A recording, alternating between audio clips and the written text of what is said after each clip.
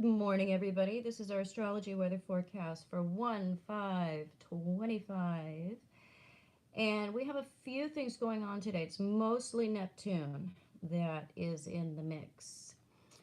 So, Sun is quintile to Neptune. Moon will be aligning with Neptune, conjunct to Neptune, right before the moon moves into Aries about 2:01 p.m. Eastern Time, and then the moon is conjunct to the North Node.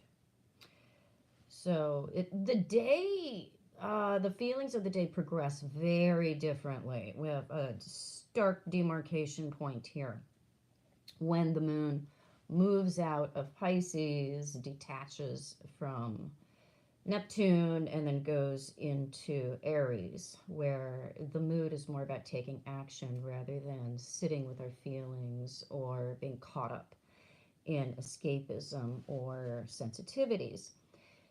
So we do need to be aware that with the moon going through Pisces, still aligning with Neptune and the sun being quintile to Neptune, that we can feel and see what we want to feel and see.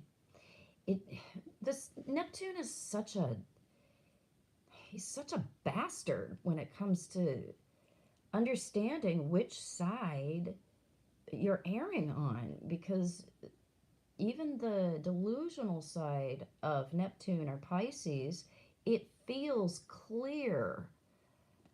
It feels right while you're in the delusion. So when we have a lot of Pisces going on, or we're caught up in a Neptunian dream, or a Neptunian romance, or a Neptunian life, or a Neptunian decision, we have to remember that the nature of a cult,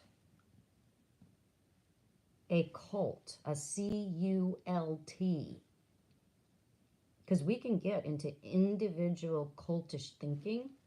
The nature of a cult is that you do not know that you're in a cult while you're in a cult.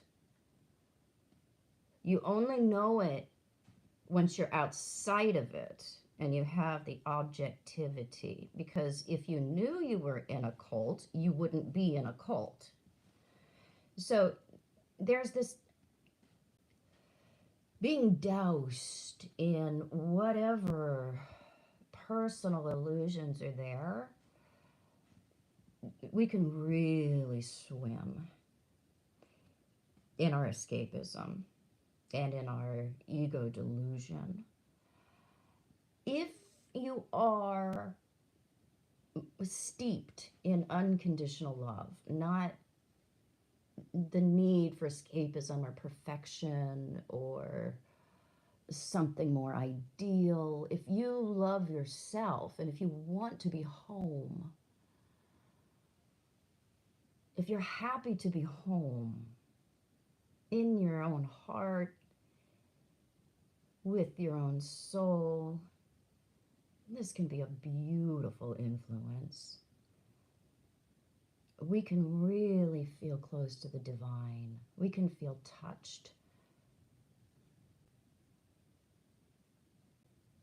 in the best ways. We can feel our hearts are warm.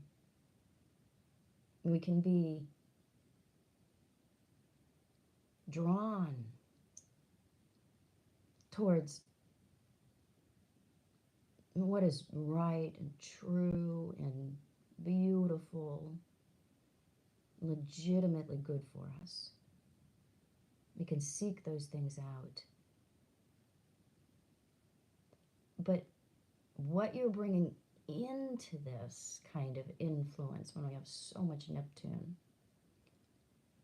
really is the determining factor of what you're going to see, what you're going to feel, what you're going to experience, because we will get more of what we bring into it, because it's very much like we project our illusions onto the fog around us, and that is what we seem to see. But if you're bringing in clarity, if you're bringing in self-acceptance, if you're bringing in unconditional love, then you will see more of that. So the the heaviness of it, the difficulty that we can get into, we can come out of that around 2:01 p.m.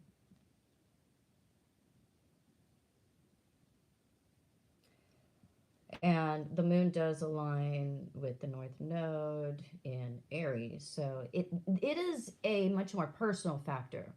So we come out of this, whatever side you err on with Neptune business, and come into feeling like I I want to take action. I feel inspired. I feel that I can go forward with some of the things that I've come to feel or know, or these truths.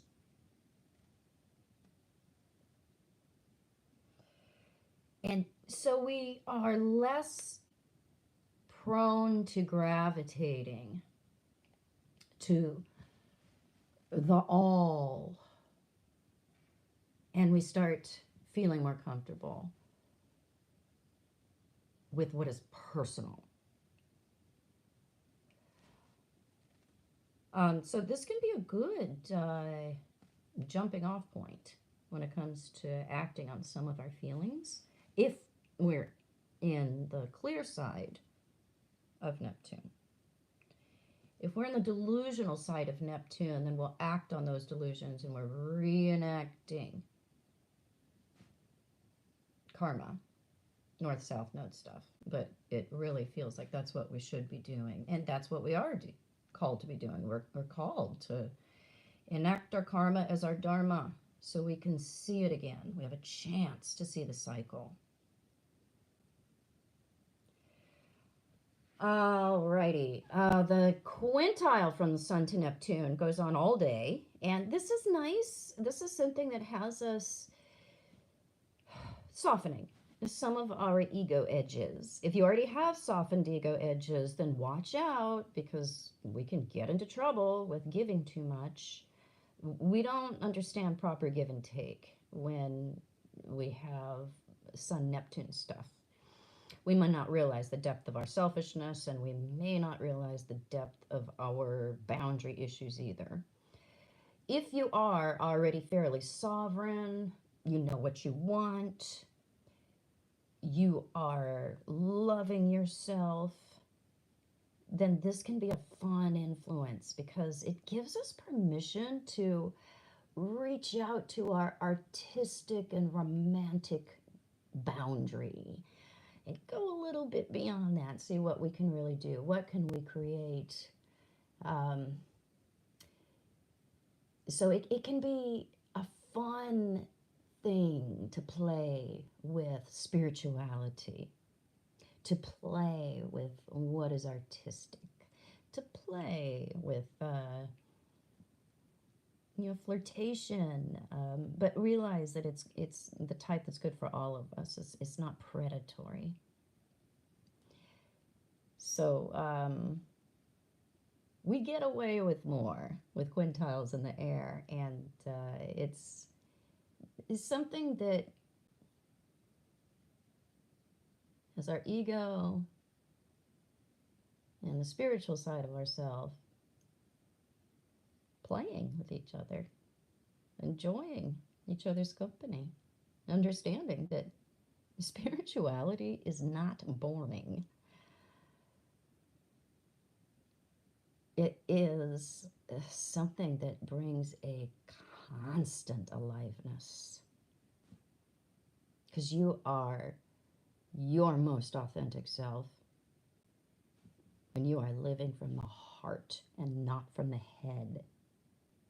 You get caught up in the head, that's the mind, that's the ego structure. This has us dropping back into the heart and starting to dance with the divine.